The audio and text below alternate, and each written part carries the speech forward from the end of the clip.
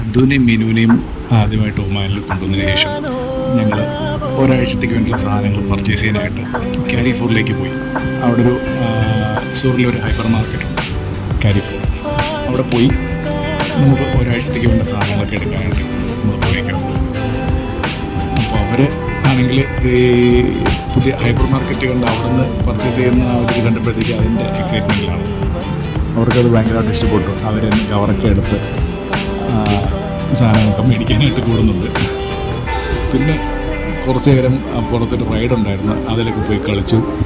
അതിന് ഇവിടെ 10 മിനിറ്റിന് റിയാൽ പറയുമ്പോൾ നമ്മുടെ നാട്ടിൽ ഏതാണ്ടൊരു 223, 222 ഒക്കെ വരും.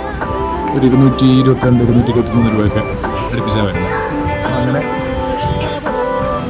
കുറേ നേരം അവർ അതിൽ കളിച്ചു.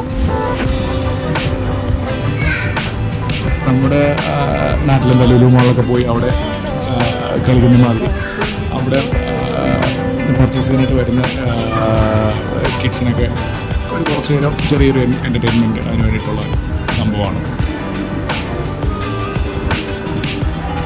പിന്നെ നമ്മൾ വീണ്ടും പർച്ചേസ് ചെയ്യാനായിട്ട് പോയി.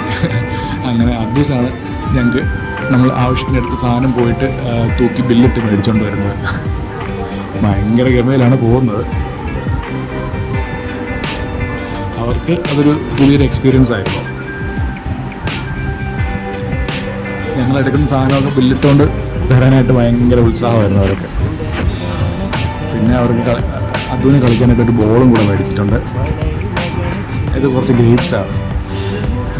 പിന്നെ നമ്മൾ അവിടെ നിന്ന് ആവശ്യത്തിനുള്ള സാധനങ്ങൾ കുറച്ച് ചിക്കൻ മേടിച്ചു, പിന്നെ കുറച്ച് വെജീസ്, ഉരുളക്കിഴങ്ങ്, സവോള, അത്യാവശ്യം പച്ചക്കറികളൊക്കെ മേടിച്ചു. നമ്മൾ ഓരോരോ ആഴ്ച കൂടുമ്പോൾ നമ്മൾ പുറത്ത് സാധനം മേടിക്കുക.